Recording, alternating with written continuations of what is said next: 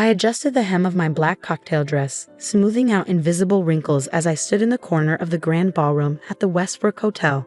All around me, executives from Harrison and Price International mingled, their laughter echoing off marble floors and crystal chandeliers.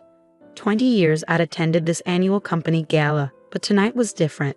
Tonight, I wasn't just Olivia Barrett, executive assistant to CEO Alexander Price. Tonight, I was the woman who owned their future. They just didn't know it yet. Olivia. Alexander's voice boomed across the room. Come here, darling. Tell everyone your little story. I turned slowly, maintaining the same pleasant, unassuming smile I perfected over 2 decades of managing his calendar, his meetings, and his secrets. Alexander stood with a group of board members, his face flushed from too much expensive scotch. She's been with the company forever, he announced as I approached. Started as a temp, right, Olivia? 23 years ago, I confirmed quietly. And now look at her, he gestured expansively. Executive assistant to the CEO. It's like a fairy tale. The group chuckled indulgently. I noticed Richard Cooper, our CFO, checking his watch. He'd never approved of Alexander's tendency to parade me around at company events like some sort of success story mascot. Tell them about your investment, Alexander prodded, his voice carrying just a bit too far. The one that made you a millionaire. Ah, there it was. The real reason he called me over. 3 months ago, I'd purchased a vacation home in the Hamptons. The news had spread through the office like wildfire. Everyone wanted to know how a secretary, even an executive secretary, could afford such a purchase. Just lucky timing in the market, I said modestly. Lucky. Alexander laughed. See, she's just a secretary who got lucky. Probably read some hot tip in one of those women's magazines. More laughter. Even Richard Cooper cracked a smile. What's important, Alexander continued, clapping a hand on my shoulder, is that she knows her place. Don't you, Olivia? I met his eyes steadily. I always have, Alexander. He missed the edge in my voice, but I saw Richard Cooper's smile fade slightly. He was sharper than the others, always had been. Maybe that's why he'd been the only one to notice when I'd started buying company shares 7 years ago. Small amounts at first, nothing to raise alarms. A few hundred shares here, 1,000 there. Always through different brokers, different accounts. I'd learned about hiding paper trails from the best. I'd been covering Alexander's tracks for years after all. Another drink, Olivia?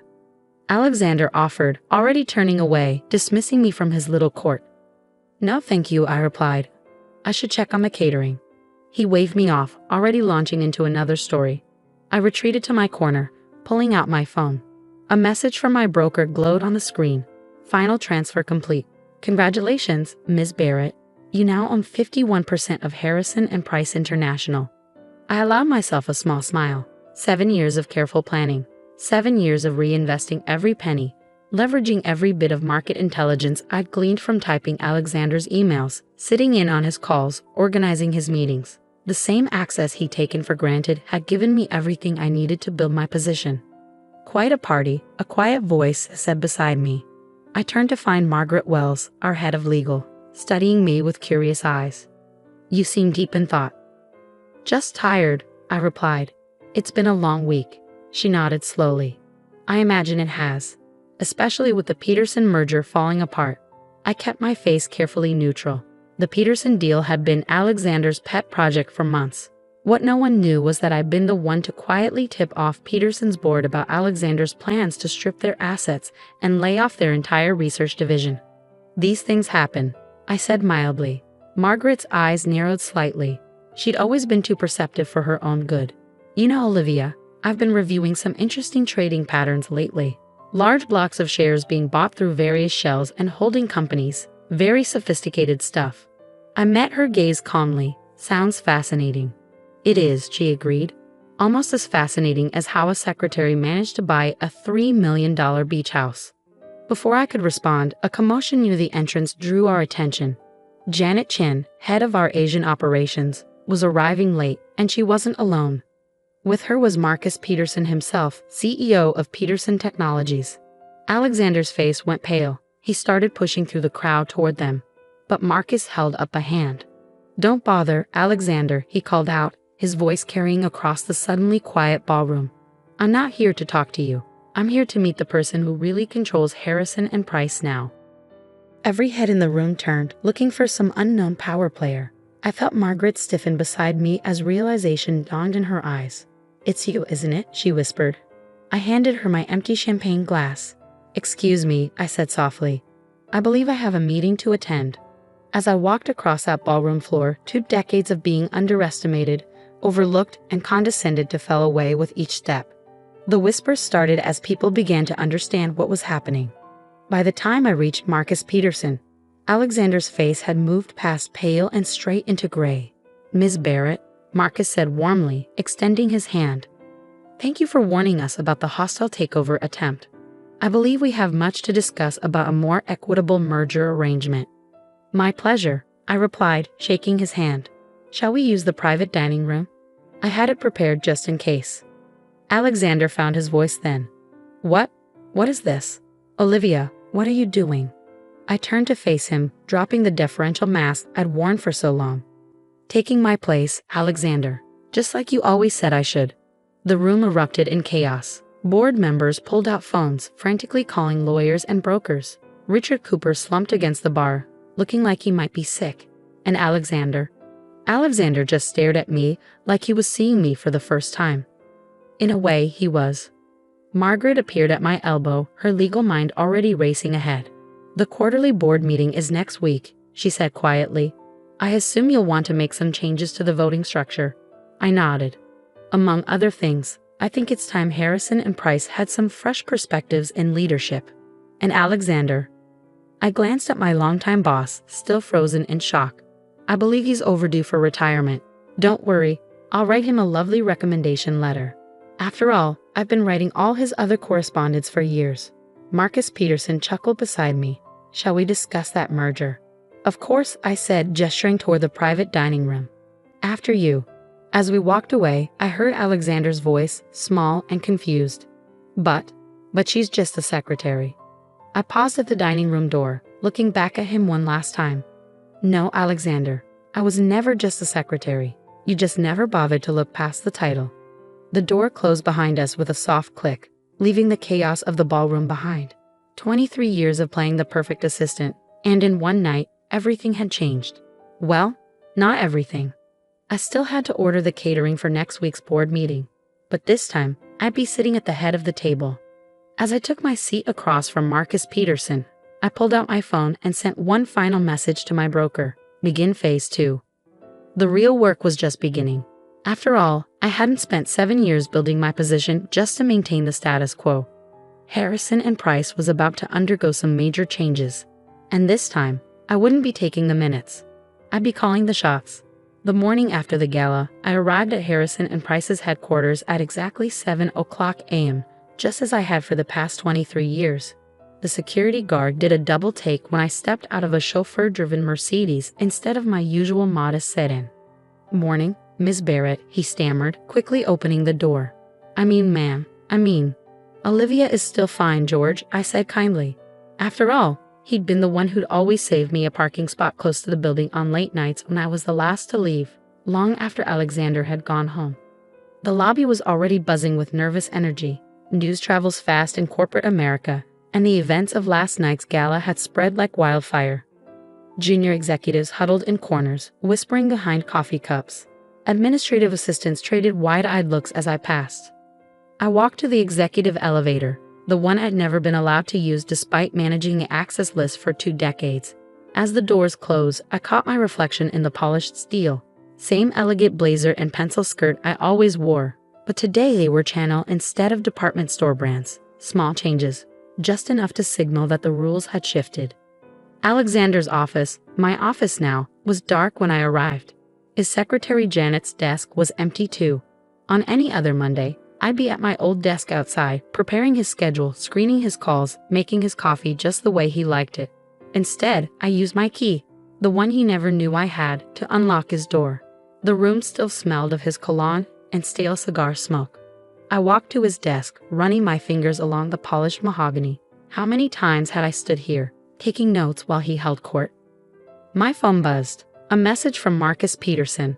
Wall Street Journal running the story in 30 minutes. Ready? I smiled, settling into the leather chair. Ready. At 7:45 a.m., exactly 15 minutes before the markets opened, the story broke. Breaking. Harrison and Price International undergoes shocking leadership change. Secret majority shareholder revealed as CEO's former secretary. My phone exploded with notifications. First came the panic texts from board members, then emails from shareholders, then calls from every major news outlet in the country. At 8 a.m. sharp, Alexander burst into the office, face red with rage. He stopped short when he saw me in his chair. "Get out," he snarled. "This is my office." I didn't move. "Actually, Alexander, this is the CEO's office. And according to the bylaws you never bothered to read carefully, the majority shareholder has the right to appoint the CEO. Would you like to see the paperwork?" "This is impossible," he spluttered. "You're nothing but a..." "Choose your next words very carefully," I cut in, my voice silk over steel. "They might be your last ones as an employee of this company." He deflated slightly, sinking into one of the visitor chairs, the same ones I'd selected years ago when we renovated the office. "How?" he whispered. "How did you do this?" I leaned forward, folding my hands on the desk. "Do you remember the Miller acquisition in 2016? He frowned. "Of course. One of our biggest deals." "Do you remember who found the discrepancy in their financials? The one that let us negotiate the price down by 40%? "I did," he said automatically. I raised an eyebrow. "No, Alexander. I did. Just like I found the hidden value in their Asian subsidiaries that tripled our return on investment. Just like I spotted the patent infringement in their European operations that you used to pressure their board." Understanding began to dawn in his eyes. "For 23 years, I continued, I've watched you take credit for other people's work. I've covered up your mistakes, fixed your errors, and made you look brilliant. And every step of the way, I was learning. About business, about strategy, about power." "But the shares," he started. "Remember all those insider trading investigations you barely escaped? The ones where the evidence mysteriously disappeared? Well, let's just say I learned a lot about hiding paper trails." A knock at the door interrupted us. Margaret Wells entered, carrying a thick folder. "The board is assembling for an emergency meeting," she announced, "and the SEC would like to verify the share transfers." "Everything's in order," I assured her, standing up. Alexander was just leaving, for good. He stood shakily. "You can't do this. I built this company." "No," I corrected him. "You inherited this company from your father, and then you nearly ran it into the ground with your ego and short-sighted leadership. Now you can either leave quietly with a generous severance package, or I can have security escort you out while I read aloud from the file I keep on your creative accounting practices." The fight went out of him all at once. Without another word, he turned and walked out of the office that had been his entire identity for so long. I looked at Margaret. "Shall we?" She nodded, a small smile playing at her lips. "The board is waiting, and they're terrified." "Good," I said, gathering my tablet. "They should be." The boardroom fell silent as I entered. 12 men and 1 woman, all wearing expressions ranging from shock to outrage to fear. Richard Cooper, our CFO, looked like he hadn't slept. "Good morning," I said pleasantly, taking my seat at the head of the table. "I believe we have some matters to discuss." "This is the regular." Thomas Wellington, our longest-serving board member, sputtered. "You can't just..." "I can and I have." I cut him off.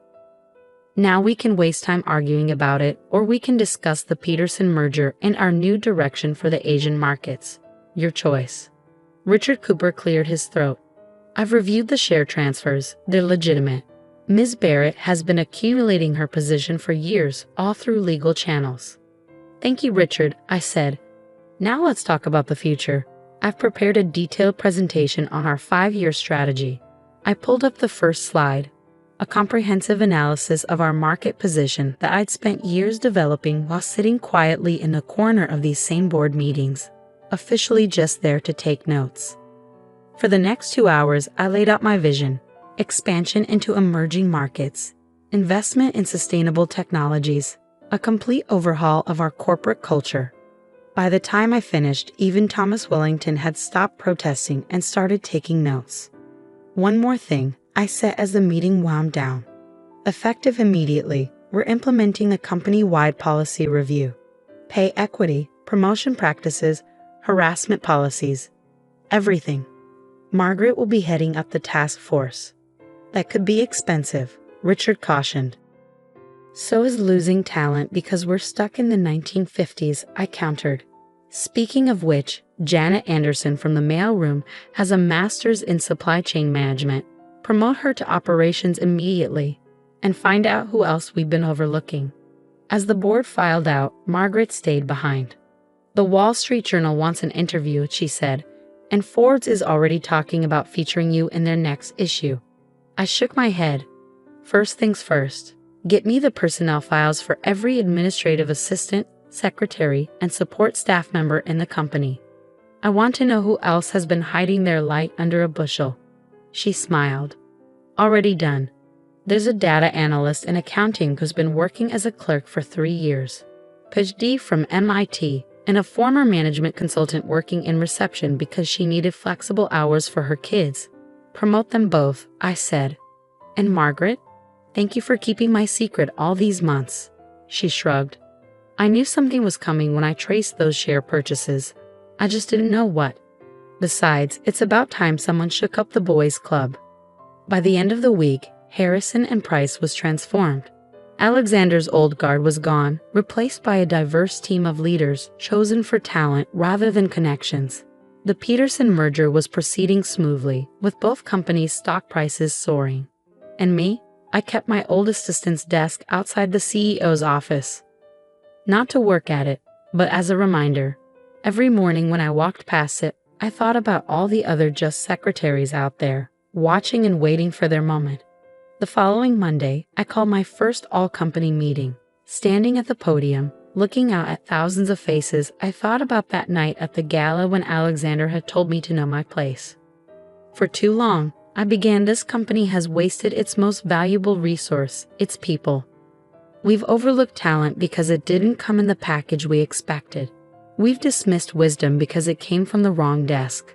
That ends today. I paused, making eye contact with Janet from the mailroom, now wearing a crisp suit in her role as operations director.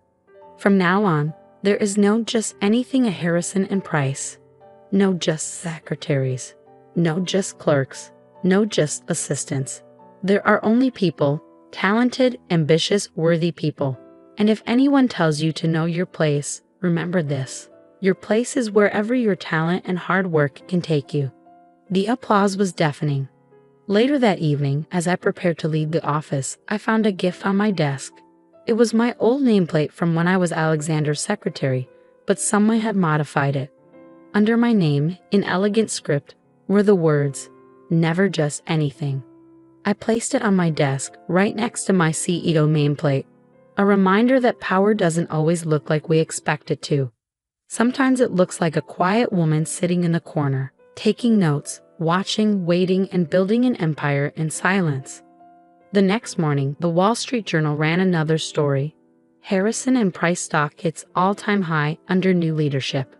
Below the headline was a photo of me at my old assistant's desk, now displayed prominently in my office.